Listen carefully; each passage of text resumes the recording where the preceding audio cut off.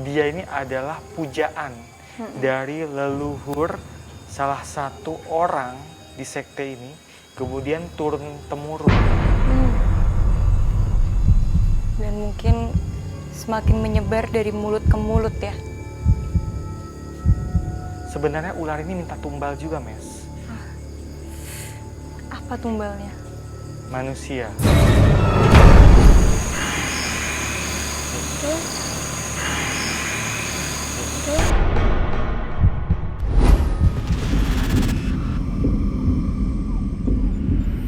Itu.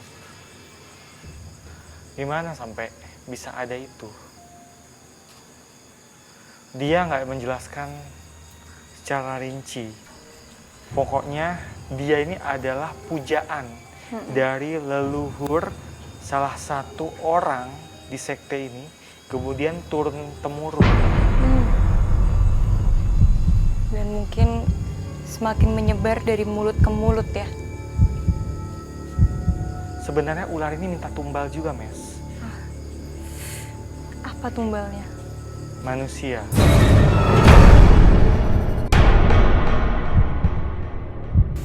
Maksudnya orang yang kesini, gimana sih, aku nggak paham. Ada satu manusia ditumbalkan setiap beberapa waktu. Ditumbalkannya itu apa? Darahnya? Orang itu kena penyakit, tiba-tiba nanti orang itu meninggal. Penyakit aneh. Dan Penyakit aneh. itu untuk budaknya di alam gaib. Sudah ada berapa budak di sini berarti? Dia memang sudah lama sekali, bahkan sebelum orang-orang ini dia sudah banyak mendapatkan persembahan. Jadi saya nggak bisa menghitung berapa banyak, yang jelas ini banyak sekali.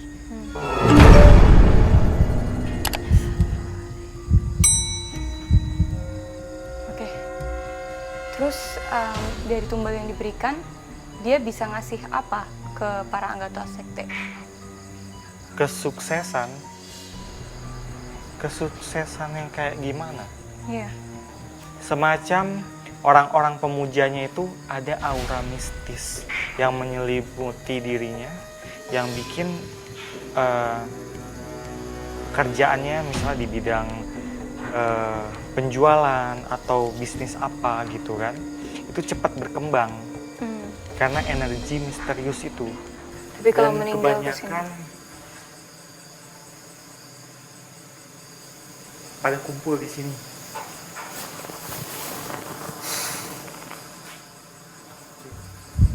dan ikut menjadi budak dia. Budak, jadi budak, betul. Tempat ini dulu bekas sekte, isinya kebanyakan anggotanya perempuan. Mereka menginginkan kesuksesan, kejayaan, kecantikan, kekayaan, dan ditukar dengan tumbal. Tapi saat sudah meninggal, semacam jin korinnya mereka kembali ke sini karena mereka ngerasa ada apa tadi, sumpah atau ikrar solidaritas yang membuat mereka harus terus bersama sampai kiamat. Itu bukan? Berarti itu konklusi di tempat ini, hari ini, di rumah kaca ini. Kayaknya sudah sangat banyak informasi dan hal-hal yang menarik yang kita dapatkan di sini ya. Dan semoga hal-hal seperti ini bisa jadi pembelajaran pemirsa di rumah. Rudi, lokasi mana yang paling pas buat uji berani malam ini? Di area ini. Oke, kalau gitu karena kamu sudah menentukan, jadi kita langsung aja ke depan, kita jemput sahabat uji berani. Gimana? Yuk.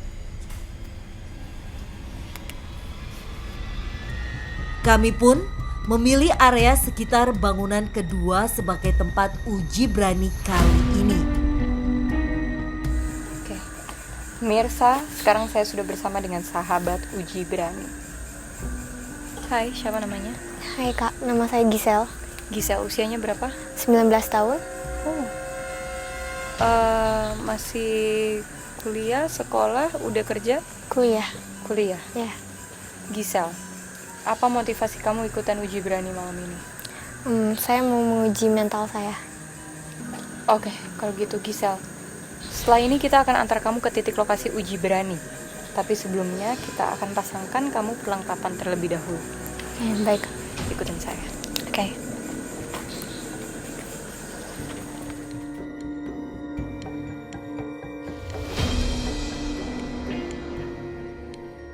Gisel, sekarang kamu sudah ada di titik lokasi uji berani. Di sini aku ingin kamu untuk berdiam diri tapi tidak boleh diam saja.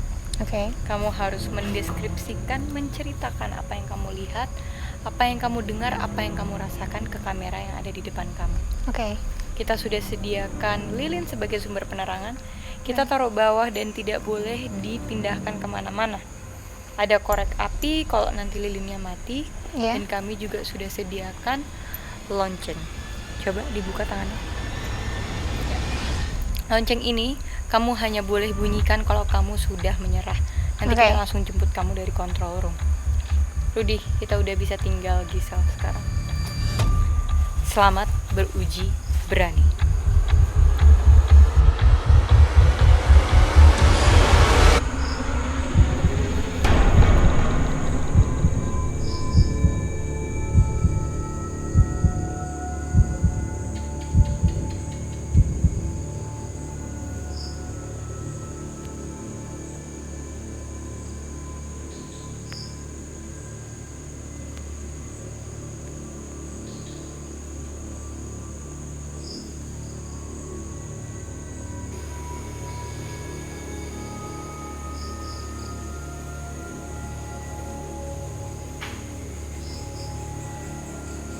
Aku dengar suara.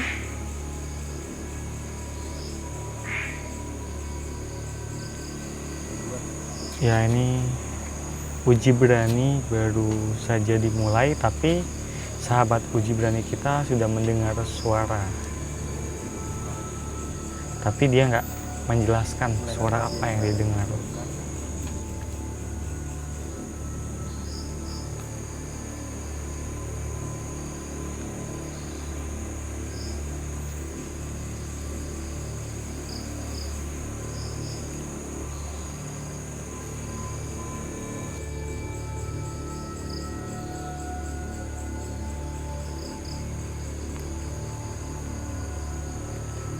Permisi.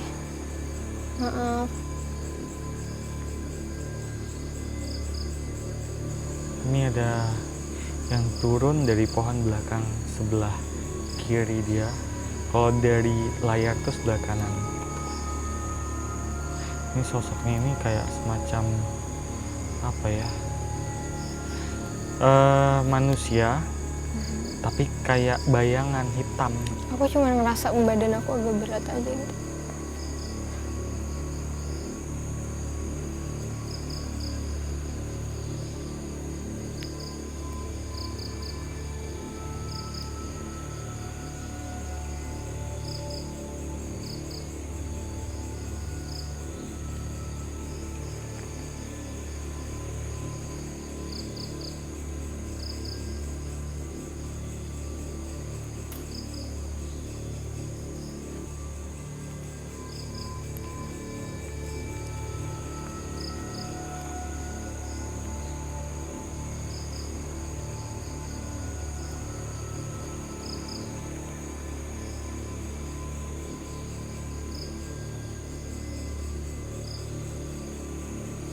Permisi. Maaf.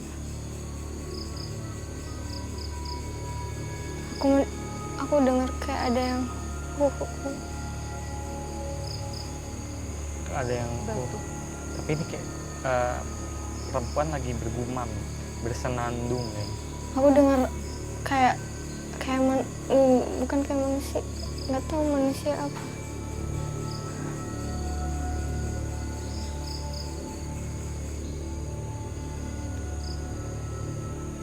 Aku kayak dengar dari sebelah kanan yang guk gitu.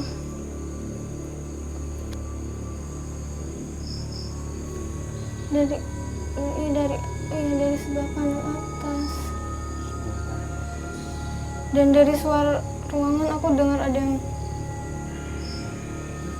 Ya. Kayak ada yang ngegermuh gitu.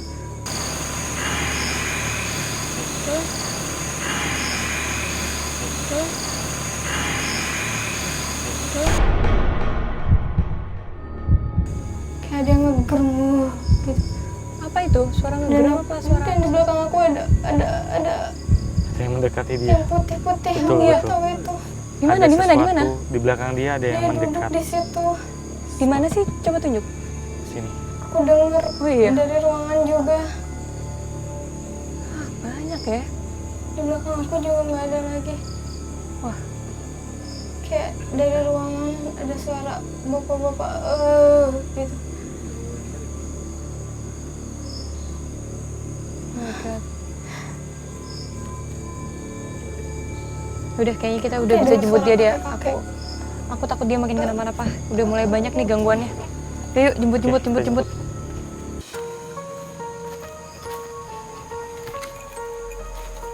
Gisel. Wow. Luar biasa. Kamu menunjukkan kalau malam ini kamu berani, Gisel. Sebelum kamu menyerah, kita udah jemput duluan karena kita takut kamu makin kenapa-napa. Karena tadi kita sudah melihat kamu kok semakin merasa sangat terganggu dan terlalu banyak gangguannya. Iya. Bisa diceritakan apa yang tadi kamu lihat? Aku tadi di belakang ngeliat kayak Gimana? tuh di situ duduk deket jam. Deket jam. Sini. Iya. Warna putih. Dia diam di situ. Rambutnya panjang. Dia kadang berdiri di sebelah situ dan duduk di sebelah situ. Oke. Terus tadi juga aku ngeliat kayak ada bayangan ke sana. Sana. Iya. Terus jatuh. Jatuh. Iya, dan kayak ada yang ngompor dari atas. Itu sama ruangan atas. Sini sama ruangan atas Iya. sini. Dari situ, Kak. Dari sana. Nah, di situ. Terus kamu tadi mendengar apa ya? Aku kayak dengar ada suara kakek-kakek juga. Dari arah mana? Dari sini. Dari arah ini? Iya. Dari sini. Sama aku dengar ada suara anjing di situ sama bapak-bapak dari dalam ruangan. Ruangan bawah situ. Sana. Iya. Oke. Gisel, malam ini kamu menunjukkan ke kita semua kalau kamu berani. Luar biasa, nggak langsung menyerah. Dan dari cerita-cerita kamu juga membuktikan bahwa di sini ada banyak makhluk halus dan kurang lebih tadi kita penelusuran malam ini dengan apa yang kamu ceritakan banyak sinkronnya ya, Iya. banyak kesamaannya ya, Ru. Iya, kebetulan dia mengalami apa yang kita alami tadi waktu penelusuran ya.